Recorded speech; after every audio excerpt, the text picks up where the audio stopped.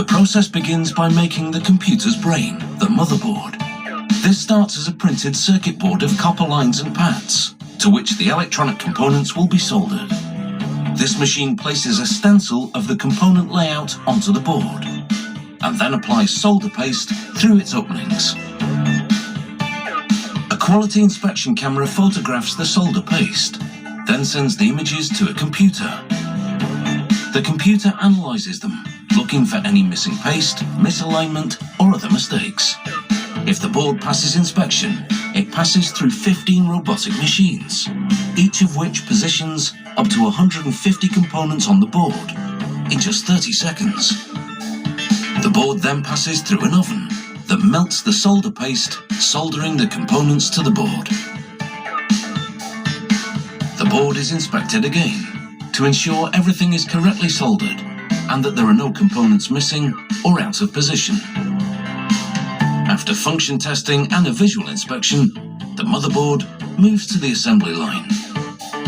Here, the top half of the laptop, called the panel kit, is being assembled. First, protective film is placed on the 15-inch LCD screen. Then the cable that will connect the screen to the motherboard is plugged in. The screen is inserted into a cover, which also contains the webcam and microphone. Fitted to the screen cover next is the antenna bottom cover, followed by the module for the webcam and microphone. Then the two hinges that will join the panel kit to the rest of the laptop.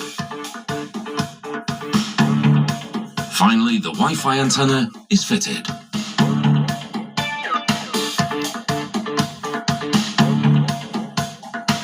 After which, all the components are hidden beneath this antenna top cover. The panel kit is completed by pressing in a thin metal frame around the screen.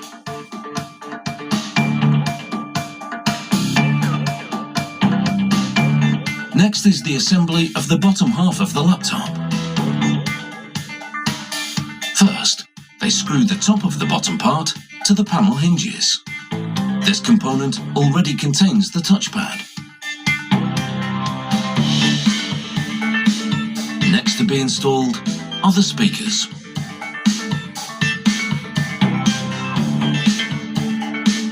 And now the motherboard.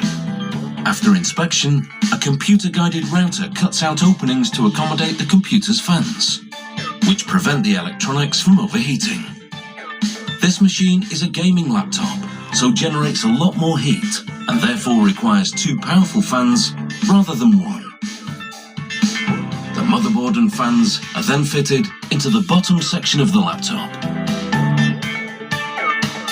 Contaminants such as dust or oil can impede proper contact. So as a precaution, the connections for the memory modules are cleaned with solvent and then dried with compressed air.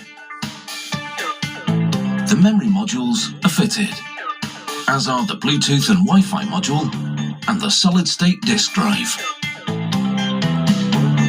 Next, a high-capacity battery is added and connected to the motherboard.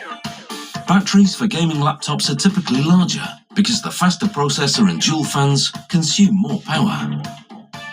Finally, the keyboard is fitted. Now complete, a laser etching machine then marks the details and serial number on the bottom. An automated machine tests numerous functions, and a quality control team tests others, including the virtual reality feature and the LCD and keyboard color displays, as well as the keyboard keys. Keys that need to be durable, because enthusiastic gamers have been known to bash them rather hard.